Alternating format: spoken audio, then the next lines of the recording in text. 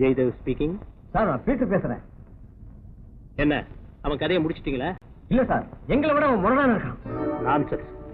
இதை சொல்றதுக்கு உங்களுக்கு வெக்கமா இல்ல? இன்னொரு சான்ஸ் கொடுங்க, அந்த மரணை தீர்த்து காட்டிடுறேன். வேண்டாம் வேண்டாம், அவனை எப்படி வழி கொண்டு வர்றதுன்னு எனக்கு தெரியும். உங்க வேலையை பாருங்க.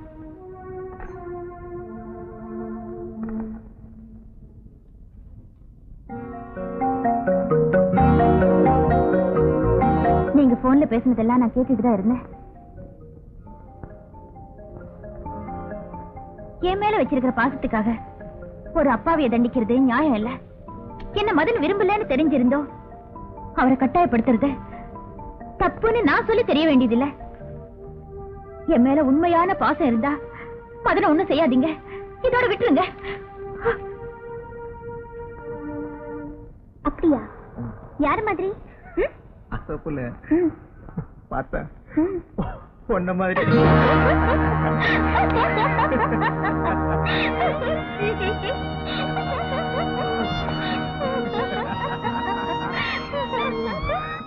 எங்க போட்டா? இங்க வாங்கயா. இந்த பக்கம் பாரு. இங்க இல்லையா? இந்த பக்கம் பாரு. குனிஞ்சு பாரு. இங்க வாயா. ஐயோ நான் சொன்னேன் சொல்லிட்டு. நான் பேச நினைப்பதெல்லாம் அனுப்பிரியா, நீ பேச வேண்டும், நாளோடும் பொழுதோடும் உறவாட வேண்டும், உறவாட வேண்டும்.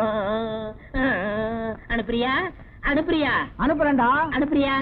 என்ன பெத்துட்டேன் பாரு, அனுப்பிதான்டா ஆகணும். யார் பத்தியா? இவங்க யாரு? உங்க மாமனுங்க. எனக்கு இப்படி மாமனே இல்லையே.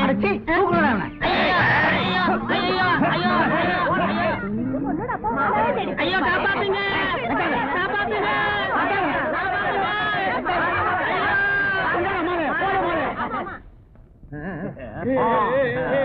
பாத்தியா வீட்டியா கல்யாணத்துல போய் சோதனை மேல் சோதனையா? மங்களகரமா வாசியா? மாப்பிள்ள நடை பாருங்க, ராஜ நடை.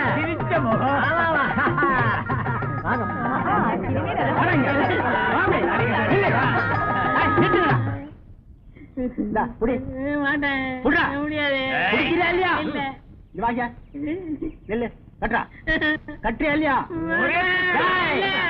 கட்டி மேடம் அடி.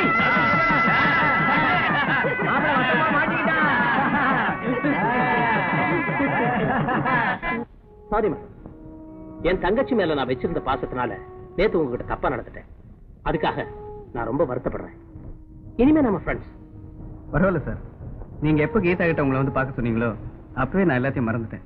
ஓகே மதன், என்னோட அடுத்த படத்துல நீங்க தான் hero. Wish you all the best. Thank you. என்னம்மா சந்தோஷம் தானே?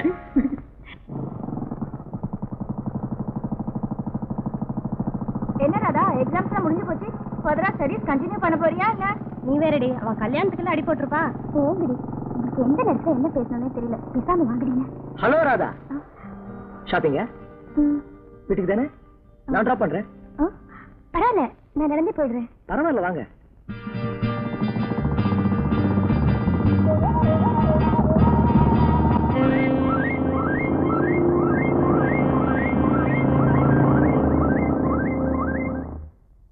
லட்சுமிமா, நீங்க சொன்னபடி என் பையன் ரகுவுக்கோ உங்க பொண்ணு ராதாவுக்கோ கல்யாணம் பண்றத பத்தி எனக்கு ஒன்னும் ஆட்சேபனை இல்ல. பொருத்தமான ஜோடிதான், நல்லா படிச்சிருக்காங்க. இருந்தாலும் என் பையன்கிட்ட ஒரு வார்த்தை கேட்டுக்கிறது நல்லது இல்லையா? ரகு ரொம்ப நல்ல பையன், கேட்டு பாருங்களேன், கண்டிப்பா ஒத்துக்குவான். நீங்க தான் ஒரு நல்ல முடிவுக்கு வரணும். லட்சுமி, இவ்வளவு நாளா நாம சேதமா இருந்தோம். இப்ப நம்ம சம்மந்தி ஆக போறத நினைச்சா எனக்கு எவ்வளவு சந்தோஷமா இருக்கு தெரியுமா?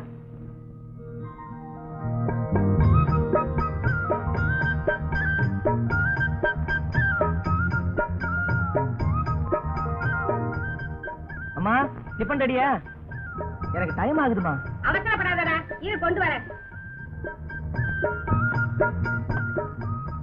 இதுக்குதான் சொல்றேன், காலாகாலத்துல உங்களுக்கு ஒரு கால் கட்டு போடணும்னு. ஏண்டா ரகு, உன் கல்யாணத்தை இன்னும் எத்தனை நாளைக்கு தான் தள்ளி போட சொல்ற? 2-3 இடத்துல பொண்ணு பார்த்தோம், சரியா படல. நீ என்னடானா படிச்ச பொண்ணுதான் வேணும், படிச்ச பொண்ணுதான் வேணும்னு குதிக்கிற. ஏன்பா, நம்ம வீட்டுக்காரர் பரமசிவம் இருக்காரே, அவர் பொண்ணு ராதாவை பத்தி நீ என்ன நினைக்கிற? எனக்கு என்னவோ அந்த பொண்ணு பிடிச்சிருக்கு. நீ என்னப்பா சொல்ற? அந்த பொண்ணு எனக்கு பிடிச்சிருக்குமா? அப்புறம் என்ன, சீக்கிரமா முடிச்சிருவோம்.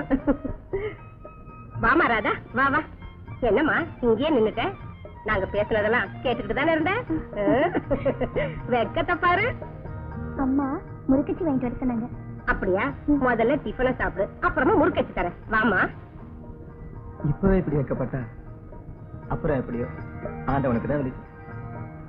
அவன் பொண்ணுக்கு வெளியில மாப்பிள்ளை தேடுமா, நீ வீட்டுக்குள்ளே விஷயத்தை முடிச்சிட்டிய?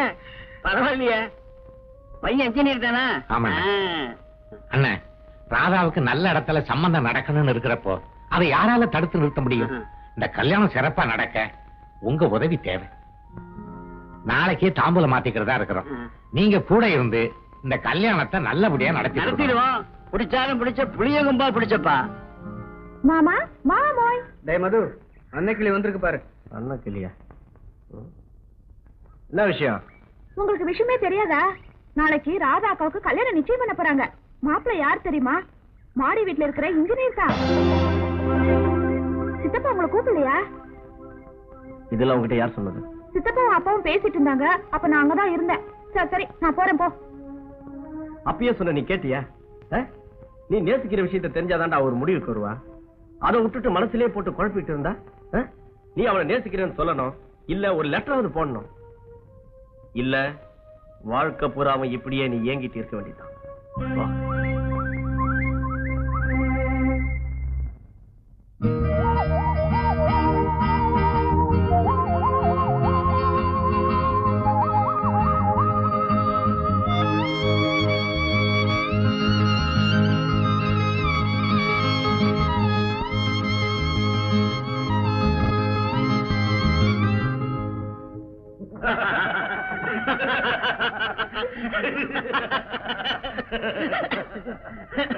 நான் சொன்னது சரிதானே? சரி, விஷயத்துக்கு வருவோம். லட்சுமி, பொண்ணை கூட்டிட்டோமா? கூட்டிட்டு வர. நல்லா பாத்துக்கப்ப.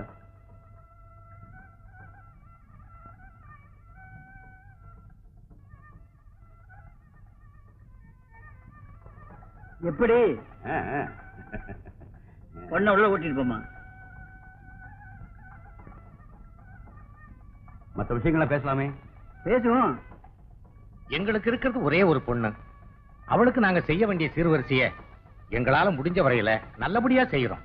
மாப்பிள்ளை இன்ஜினியரிங் படிச்சிருக்கான், கை நிறைய சம்பாதிக்கிறான், பெரிய இடங்கள்லாம் வந்துச்சு.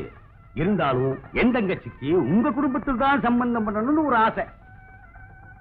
அதனால ஒரு 40 பவுன் நகையும் 50,000 ரூபாய் ரொக்கமும் ஒரு ஸ்கூட்டர். ஏன்னா பையன் இன்ஜினியரிங் படிச்சிருக்கான், அவன் கௌரவ குறைவா நீங்க செய்ய மாட்டீங்கன்னு எனக்கு தெரியும். வரதட்சணை வாங்குறதும் கொடுக்கறதும் சட்டப்படி குற்றம். எத்தனையோ அறிஞர்கள் இந்த கொடுமையை எதிர்த்து போராடி இருக்காங்க. ஆனாலும் இந்த வரதட்சணை வாங்குறத இன்னும் நம்ம நாட்டில இருந்து ஒழிக்க முடியலையே. இப்ப கூட எத்தனையோ இளம் பெண்களோட வாழ்க்கை இந்த கொடுமையை தாங்க முடியாம பாலைவனமா மாறிக்கிட்டு இருக்க. ராதா, சரிமா அப்படி எல்லாம் பேசுற? What happened you? ஒண்ணும் இல்ல மேடம்.